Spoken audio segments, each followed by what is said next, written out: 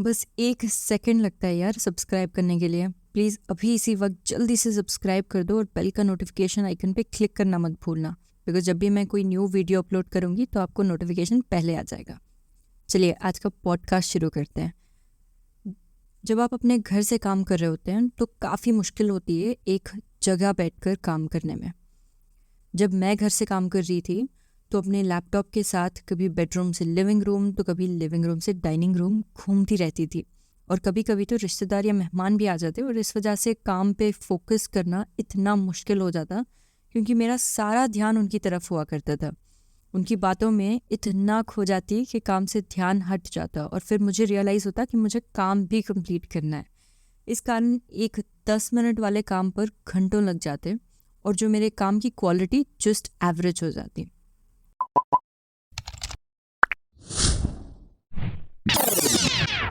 Pandemic ने work from home का concept बदल के रख दिया, और इस वर्किंग स्टाइल की वजह से कई औरतें घर से काम कर पाई हैं। उन्हें करियर प्रोग्रेस करने का मौका मिला और फाइनेंशियल इंडिपेंडेंस भी मिली। लेकिन हर चीज़ के अपने फ़ायदे और नुकसान होते हैं, और वर्क फ्रॉम होम का सबसे बड़ा डिसएडवांटेज काम करने वालों के लिए ये है कि उनको घर पे काम करने का सही माहौल नहीं मिल पाता और अटेंशन देकर काम करने में उनको काफ़ी दिक्कत होती है। इसका मतलब ये है कि उनको ज़्यादा डिस्ट्रैक्शंस से निपटना पड़ता है, जैसे कुत्ते भौंक रहे हों या बच्चे खेल रहे हों या कोई मेहमान आ जाए या कोई बगल में कंस्ट्रक्शन वर्क चल रहा हो। इसका हरगिज़ ये मतलब नहीं कि दफ्तर में कोई डिस्ट्रैक्शंस नहीं होती। आपका भटकता हुआ ख्याल ही सबसे बड़ा डिस्ट्रैक्शन होता है वहाँ। चाहे आप घर से काम कर रहे हो या दफ्तर से, स्टूडेंट हो या घर को चलाते हो, डिस्ट्रैक्शंस की वजह से काफ़ी हद तक आपकी प्रोडक्टिविटी पर असर पड़ता है। यूडेमी के सर्वे के अनुसार 70% एम्प्लॉयज़ को काम करते समय डिस्ट्रैक्शन महसूस होती है।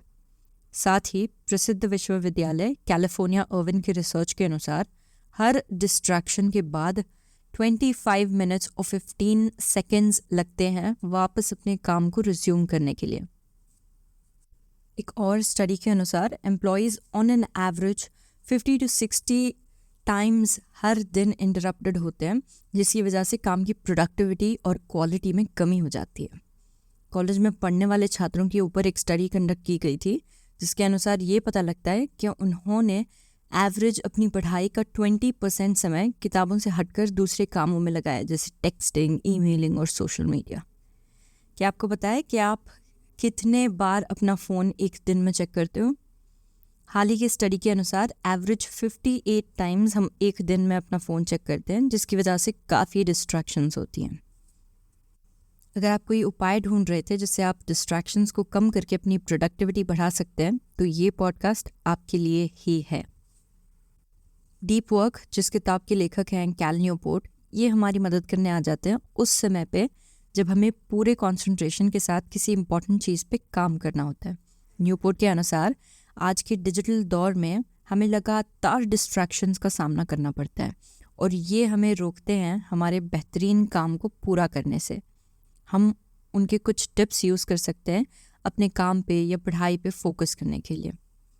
जब हम लगातार डिस्ट्रैक्टेड होते हैं तो हमारे काम की क्वालिटी कम हो जाती है और काम को फिनिश करने में ज़्यादा वक्त भी लग जाता है। तो सबसे इंटरेस्टिंग बात इस किताब की ये थी कि हम कैसे इंटेंशनली अपने वक्त का इस्तेमाल करें और कैसे हम डीप वर्क को शैलो वर्क के ऊपर तरजीह दें।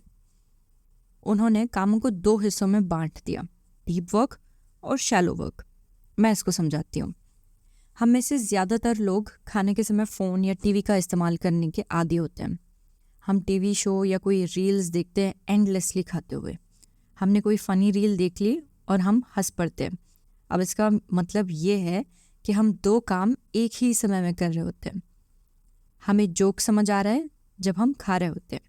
ये एक शैलो काम का एग्जाम्पल है, जिसमें इतनी अटेंशन और फोकस की ज़रूरत नहीं होती, जहाँ आप कुछ हटकर या दिमाग लगाकर काम करने की ज़रूरत नहीं पड़ती। दूसरा एग्जाम्पल कुकिंग का है। डिस्ट्रैक्शंस के बावजूद हम खाना पका सकते हैं। बच्चे रो रहे होते हैं या खेल रहे होते हैं, फिर भी मैं कुक कर लेती हूँ। ये होता है शैलो वर्क, जहाँ पे आप डिस्ट्रैक्शंस के साथ भी टास्क अच्छे से परफॉर्म कर लोगे।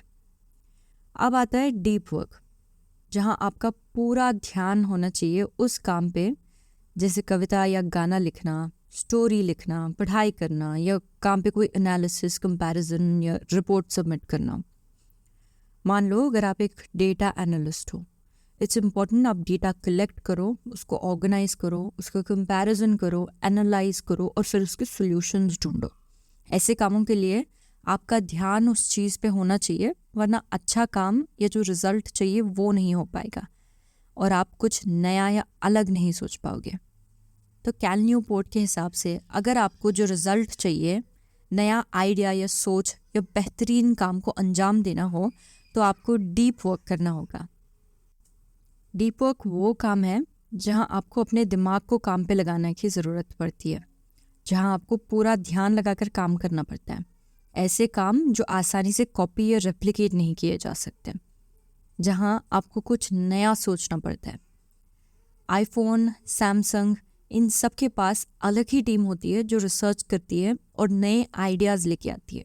इनके लिए डिस्ट्रैक्शन फ्री होकर सोचना बहुत इम्पोर्टेंट होता है। आजकल डिजिटलाइजेशन का दौर है और डिस्ट्रैक्शंस काफ़ी बढ़ चुके हैं। इस कारण डीप वर्क मुश्किल से किया जाता है और इसी वजह से आज के दौर में काम पर ध्यान लगाए रखना बहुत ही ज़रूरी हो चुका है। आप जो भी काम कर रहे हो, किसी भी फील्ड में हो, अगर आप तरक्की की सीढ़ी पे तेज़ी से चढ़ना और प्रोग्रेस करना चाहते हो, तो ज़रूरी है कि आप मुश्किल चीज़ें सीखें और बेहतर क्वालिटी का काम डिलीवर करें। इसका मतलब ये है कि आपको ज़्यादा और बेहतर काम कम समय में करना होगा। अब डीप वर्क क्या है, क्यों ज़रूरी है, ये तो समझ आ गया, लेकिन अब सवाल उठता है कि इस डिस्ट्रैक्शंस वाले एनवायरनमेंट में हम ध्यान लगाकर कैसे काम करें, इसको कैसे अपनी लाइफ में इनकॉर्पोरेट करें। वो हमें 4 रूल्स बताते हैं जिससे डीप वर्क प्रैक्टिस करने में हमारी काफ़ी मदद होती है। वो कहते हैं कि समय को निर्धारित करो उन कामों के लिए जिसमें बहुत ध्यान और अटेंशन की ज़रूरत होती है, वो चाहे एक ही दिन क्यों ना हो, हर हफ्ते, या कोई एक समय हर दिन डीप वर्क करने के लिए। जैसे अगर मुझे यूट्यूब के लिए कंटेंट क्रिएट करना हो, तो मेरे लिए ये डीप वर्क है जहाँ मुझे शांति चाहिए और मैं सोच सकूँ नए आइडियाज़, नए स्क्रिप्ट्स पे काम कर सकूँ। तो मैं इस डीप वर्क के लिए रात का समय चुनती हूँ, सबके सो जाने के बाद। ये मेरे लिए डिस्ट्रैक्शन फ्री टाइम होता है। दिन के समय मैं बाकी काफ़ी शैलो काम होते हैं, तो मेरे लिए डिस्ट्रैक्शंस के साथ उन कामों को कंप्लीट करना ईजी हो जाता है, जैसे कंटेंट को दूसरी भाषा में ट्रांसलेट करना या cooking, messaging, email and so on. अक्सर हम डिस्ट्रैक्टेड होते हैं क्योंकि हम बोर हो जाते हैं उस काम से जो हम उस समय कर रहे होते हैं, स्पेशली जब काम बहुत डिमांडिंग हो, कॉम्प्लेक्स नेचर का हो। जब आप फोकस्ड रह के काम कर रहे हो तो आसान है बोर होना और हम फ़ोन या सोशल मीडिया को क्विकली इस्तेमाल कर लेते हैं, जो डिस्ट्रैक्ट करता है हमारे डीप वर्क से। इसके बजाय जब हम बोर्डम को एक्सेप्ट करें और अपने फ़ोन या सोशल मीडिया को इस्तेमाल ना करें, तो हम काम की तरफ जल्दी वापस लौट सकते हैं बेहतर फोकस के साथ। अब हम कैसे अपने दिमाग को ट्रेन कर सकते हैं बोरियत से कंफर्टेबल होने के लिए? आप वॉक करें या चुपचाप बैठ जाएं बिना कुछ करें। इससे हम बेहतर फोकस के साथ आसानी और जल्दी से काम की तरफ लौट सकते हैं। सोशल मीडिया एक बहुत बड़ा डिस्ट्रैक्शन है। क्या आपके साथ ये कभी हुआ है? कभी कभी मैं पढ़ने के समय अगर कोई कॉन्सेप्ट समझ ना आए तो गूगल से हेल्प लेने का सोच लेती हूँ। जैसे ही मैंने फ़ोन खोला, व्हाट्सएप नोटिफिकेशन पर नज़र पड़ी और 30 मिनट्स चले गए और तब रियलाइज़ हुआ कि मैंने तो अब तक गूगल खोला ही नहीं, जिस वजह से मैंने फ़ोन लिया था। तो ये अच्छा तरीका है कि आप अपने आप को सोशल मीडिया से दूर रखें या अपना जो यूजेज है उसको लिमिट कर दें काफ़ी हद तक। और आखिर में वो कहते हैं कि हमें कोशिश करनी चाहिए कि ज़्यादा डीप वर्क करें और शैलो वर्क को लिमिट करें, जिसकी वजह से हमारे पास ज़्यादा समय होता है डिमांडिंग और सीरियस टास्क्स करने के लिए, हमारे दिमाग को सबसे इम्पोर्टेंट कामों पे लगाया जा सके। हम रियल लाइफ एग्जांपल्स देख सकते हैं हमारे इर्द गिर्द के लोगों से जो कामयाब हैं, जैसे बिल गेट्स। वो दुनिया के सबसे व्यस्त लोगों में से एक है, फिर भी वो समय निकालते हैं हर साल।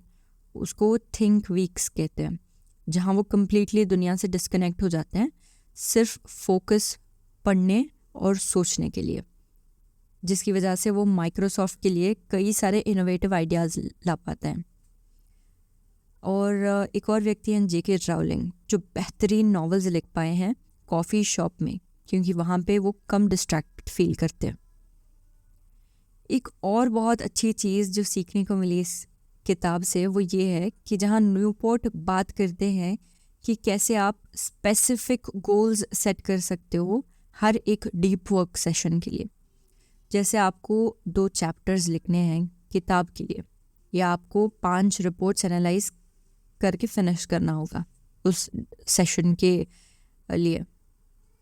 इससे आपको कुछ हासिल करने का एहसास होगा, आप प्रोग्रेस को मेजर कर सकते हो और ये आपका मनोबल भी बढ़ाएगा। जहाँ डीप वर्क की वजह से हमारे दिमाग को कॉम्प्लेक्स काम करना पड़ता है कंसंट्रेशन के साथ, तो इसको बैलेंस करना चाहिए रेस्ट के साथ।